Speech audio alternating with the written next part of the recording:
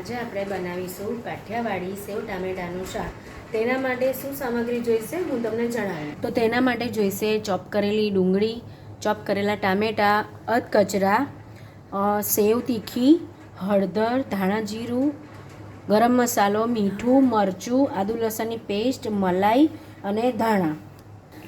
તો હવે આપણે એક નોનસ્ટિક પેનમાં તેલ અને હાફ ચમચી ઘી લીધી છે. તેની અંદર મેં રાઈ અને જીરું નાખીને વઘાર કર્યો છે. તો હવે તેલ અને જીરું તતરી ગયા છે તો આપણે નાખીશું ચોપ કરેલી ડુંગળી.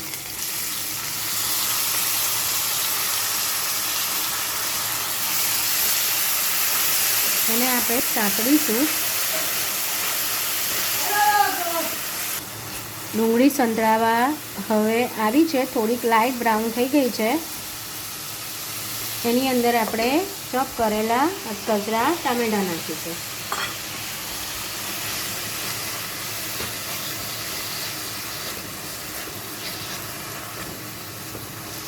તેને આપણે થોડી વાર સંતળાવા દઈશું. તો હવે આપણે બે થી 3 મિનિટ થઈ ગઈ છે. આપણા ડુંગળી ટામેટાં સંતળાઈ ગયા છે. તેમાં આપણે આદુ લસણની પેસ્ટ નાખીશું.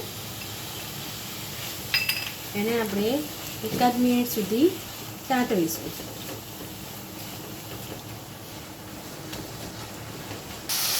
ફ્રેન્ડ, હવે આપણું આદુ લસણ 1 મિનિટ થઈ ગઈ છે, સંતળાઈ ગયા છે.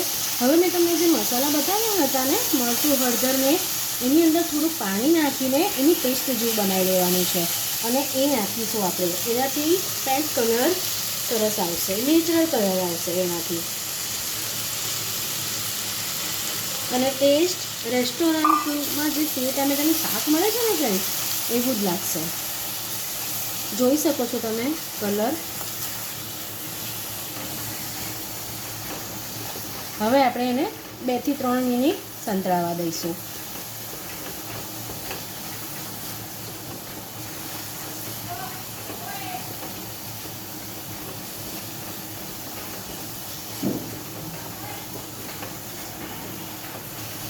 ફ્રેન્ડ્સ, હવે આપણા સંતળાઈ ગયું છે. 2 થી 3 મિનિટ થઈ ગઈ છે. તમે જુઓ છો નીચેથી તેલ અને ઘી છૂટું પડવા માંડ્યું છે.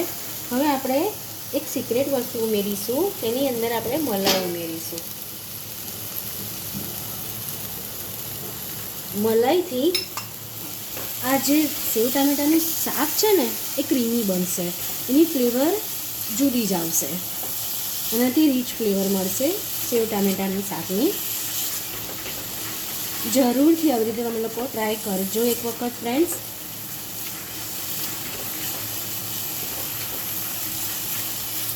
હવે આપણે અંદર મીઠું નાખીશું, સ્વાદ પ્રમાણે ફ્રેન્ડ્સ મીઠું.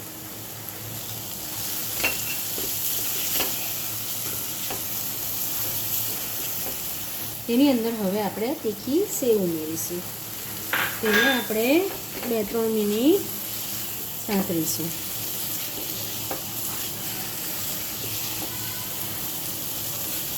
સંતળા દઈશું આવી રીતે ફ્રેન્ડ્સ આપણે ધીમા ગેસ પર. હવે 2 થી 3 મિનિટ ફ્રેન્ડ્સ થઈ ગઈ છે. આપણે હાફ ગ્લાસ જેટલું પાણી અંદર ઉમેરીશું.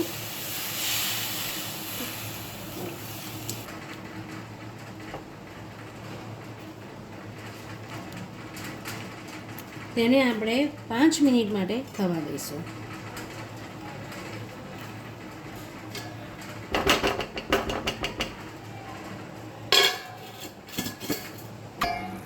ફ્રેન્ડ્સ, 5 મિનિટ જેવું થઈ ગયું છે. તમે જોઈ શકો છો આપણું તેલ અને ઘી ઉપર આવી ગયું છે. હવે આપણે એને સર્વ કરીશું. તો ફ્રેન્ડ્સ, હવે આપણે સેવ ટામેટાનું શાક રેડી છે. ધાણાથી સર્વ કરીશું. તમે જોઈ શકો છો રેસ્ટોરન્ટ જેવું લાગે છે. કલર પણ એવો આવ્યો છે અને સ્વાદમાં બી પણ બહુ ફાઇન બન્યું છે ફ્રેન્ડ્સ. હવે જે આપણે શાક, છાશ અને પરાઠા સાથે સર્વ કરીશું. Thank you. ગમે તો લાઈક કરજો, શેર કરજો અને સબસ્ક્રાઈબ કરજો.